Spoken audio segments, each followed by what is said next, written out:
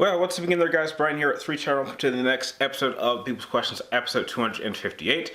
We got a pretty short episode this time because we got nothing but all regulars, and they're all pretty straightforward and simple questions to answer. So let's jump right into the first question. The first question comes from Zyborg136. He wants to know, who do I think can replace Ben Affleck as Batman if he leaves the current Batman project? I don't know. I don't really care. I've pretty much given up on Warner Brothers' attempt to create any sort of cinematic universe because they've pretty much had, 3 chances, and they've pretty much failed at all of them. So if Ben Affleck leaves Batman, that pretty much puts him in a really bad situation. Hopefully they just start all over from scratch, and hire some people that know what the hell they're doing, because Zack Snyder is not your man. Next question comes from Ivan Gallinger, and you want to know, if I could only play one video game for the rest of my life, which would it be and why? Tetris. Simple. It's a puzzle game and it never ends. Even if I lose, I can just start all over and try to beat my old record. So, Tetris. Next question comes from Santiago Scarpino. You want to know, is there a television series or cartoon that I really like but it got canceled? Chronicles of Sarah Connor on Fox. I was really getting into that show.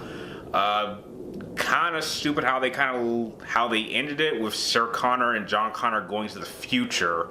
Kind of leaves at a really kind of convoluted cliffhanger. So kind of sad they got canceled in that capacity. So the Sarah Connor Chronicles. Next question comes from Matt Cruz. He wants to know, what is a movie that I really enjoy but a majority of people hate? Wild Wild West, starring Will Smith. Absolutely love that movie. One of the funniest movies he was ever in. Even though he personally hates that movie and he turned down being Neo in The Matrix to do Wild Wild West, still love that movie even though it was a colossal bomb. Next question comes from Joe O'Colliot. You want to know, Spawn versus Alex Mercer, who would win?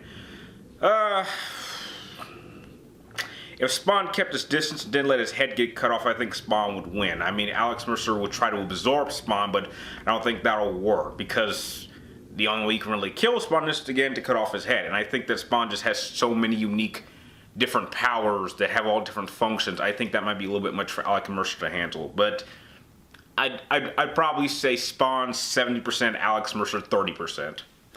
Next question comes from HydroGoodBlood881. You want to know, if the Doctor allowed one character from any franchise I like to use the TARDIS to change one event in their lives, who would it be, and what event do you think would change at all?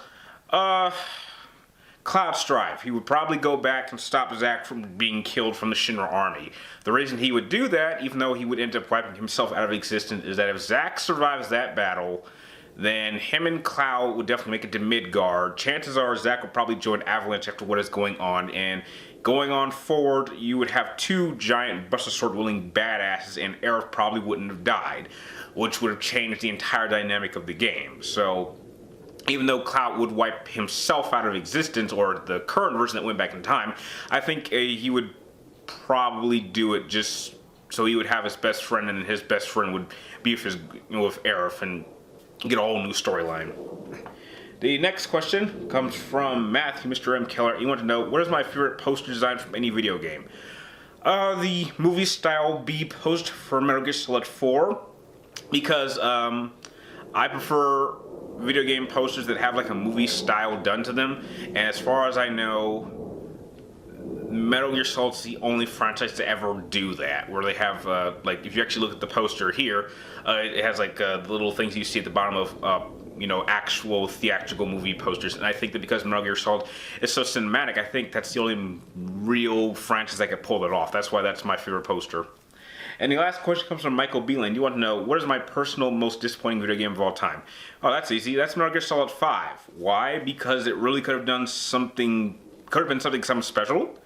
It could have been a lot simpler than it ended up being, and I really thought that Konami could have the decency and respect to let this man send his franchise off in a great way, and they didn't do that, and they pretty much went out of the way to completely destroy it, and they are continuing on while Hideo Kojima is going on to better projects. And I was very, very disappointed about it because I waited an entire year to play the demo of it, and then when I ended up actually beating Metal Gear Solid 5, it was just so terrible that I refused to acknowledge its existence. It doesn't add anything to the story. It literally adds virtually nothing. The only thing it adds is that it states that the first boss in the first Metal Gear was actually just this medic who got facial reconstruction and played dress up, which I think is just stupid. So yeah, Metal Gear Solid 5 is the most disappointing video game I've ever played. And with that, those are all the questions you guys sent over this week. I'd like to thank all of you guys for making this episode possible. If you guys have any more questions you'd like to answer in next week's episode, be sure to type them in the comments down below. Remember to get them into me before next Wednesday, before I start filming this.